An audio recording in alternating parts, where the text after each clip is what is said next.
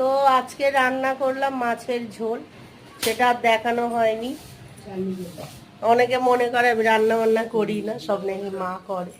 তো যাই হোক, তো বর বলেছে আমের চাটনি খাবে, সেই জন্য সবার জন্য আমের চাটনি করব। এই যে দেখতেই পাচ্ছ তোমরা, একাই করতে হচ্ছে ভিডিও। তো যাই হোক, এই যে আমটা ঢেলে দেব।